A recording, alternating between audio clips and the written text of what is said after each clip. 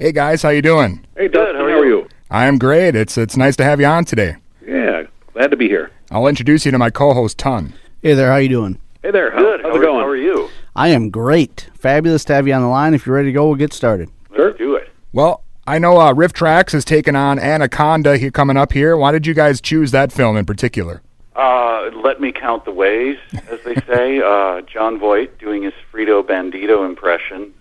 For the kids, look that up. Frito Bandito is an actual character promoting Fritos. And J-Lo and her pre-Botox and fillers and suction days. And Owen Wilson, well, he was still developing what he now does as his Owen Wilson impression of acting.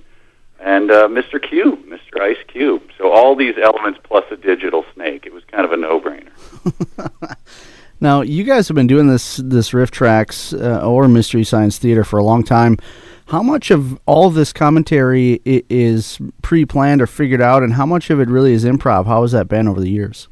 Oh, we meticulously script our shows, especially for Rifftrax, for the live shows such as Anaconda coming up, because we're just not that funny on our own, and it's really nice to have the whole thing prepared so that we can just be relaxed and very confident, and then it gives a spontaneous feel as we're doing it during the show, because there are always surprises. You know, the audience will catch something in the movie that even with all the writing and reviewing that we did, we never caught.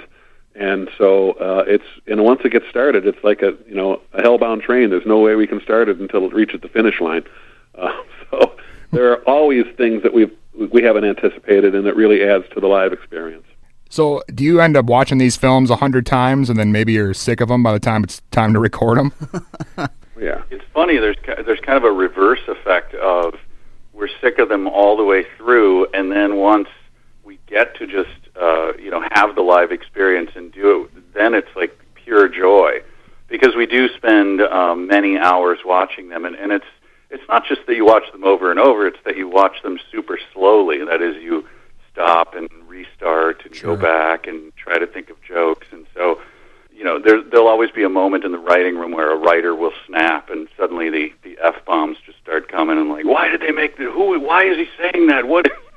We have to sort of talk him back down into the couch and calm him down and get him a drink. But so that's what makes all of that work that we do in advance makes it so fun in the end, where then I really enjoy the movie. And there's many times where I'm on stage live and I notice it for the first time because it's kind of like staring at it so closely, and so you get a little bit of distance from it, and then it becomes really fun again. Well, I know some of these newer films you do with Rifftrax are probably easier to track down, but the ones with Mystery Science Theater, a lot of these obscure ones, how are you getting permission from the filmmakers that maybe are hard to hunt down? Well, it's amazing how many of these films are actually owned and licensed by people. So we end up doing a lot of license agreements in order to do the films we do. And then there are still that group that are in the public domain that we pick up and have fun with, and those tend to be some of the most bizarre ones. But it is amazing that even the weirdest films that we find quite often are owned by somebody, and they're the proud property of that company. So and there are so many films made every year. I mean, I never worry about us running into short supply, because there are always people out there making films and distributing films in the B and C and Z level.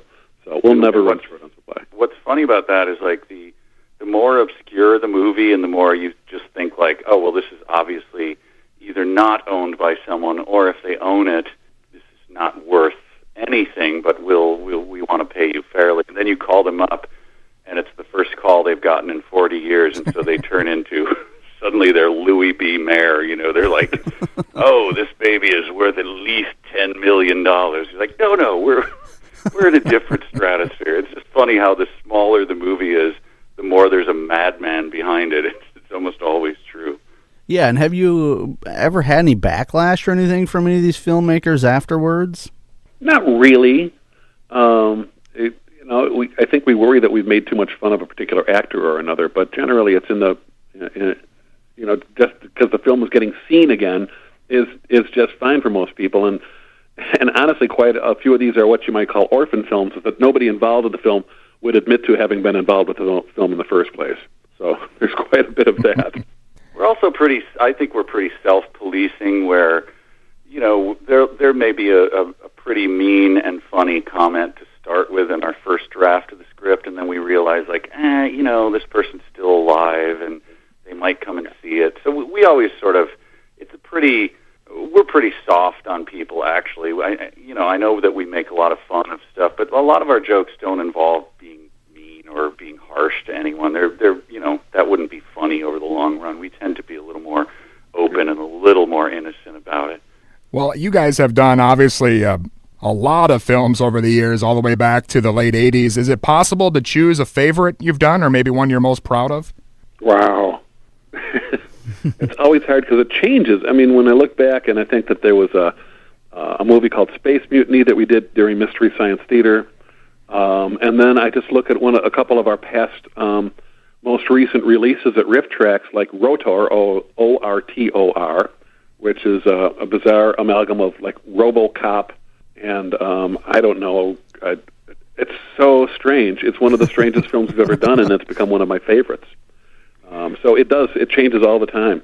Yeah, and you work so hard on something that you kind of forget the thing that, you put it out of your mind because you have to clear space for the next one. So it's a little bit, the ones that are in the past get an unfair advantage because, like, we're doing one now that is, I would say right now it's my favorite movie that we've ever done, but I should probably let, history go into it. But it's called Fun in Balloon Land, and it's just this bizarre filmed parade with these end caps of this fantasy story.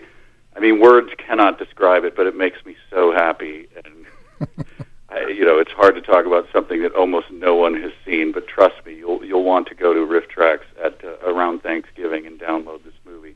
It is unbelievable. Yeah, and I know you guys are doing a Christmas movie, Santa Claus. Is that from the late 50s? Or there's so many movies called Santa Claus, I guess. Yeah, it's the K. Gordon Murray movie. He was like an American producer. I think he bought a Mexican Santa Claus movie, right, and converted it. So it's amazing. It's got the traditional Christmas characters of Santa and his robotic reindeer who cackle madly like serial killers, and Merlin, of course, Christmas Merlin, right, and the shirtless blacksmith. And Santa with his giant pair of lips up in space. So all the characters are there.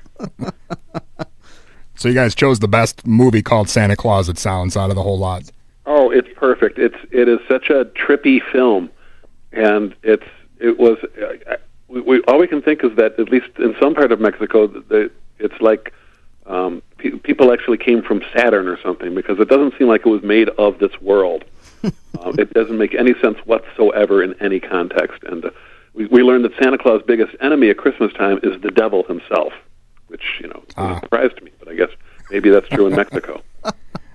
Awesome. Well, we're looking forward to that and Anaconda, and I know you guys are going to keep putting out movies here. And again, Mike Nelson, Kevin Murphy, thanks a lot for being on with us. Our pleasure. Thanks, guys. All right, bye-bye.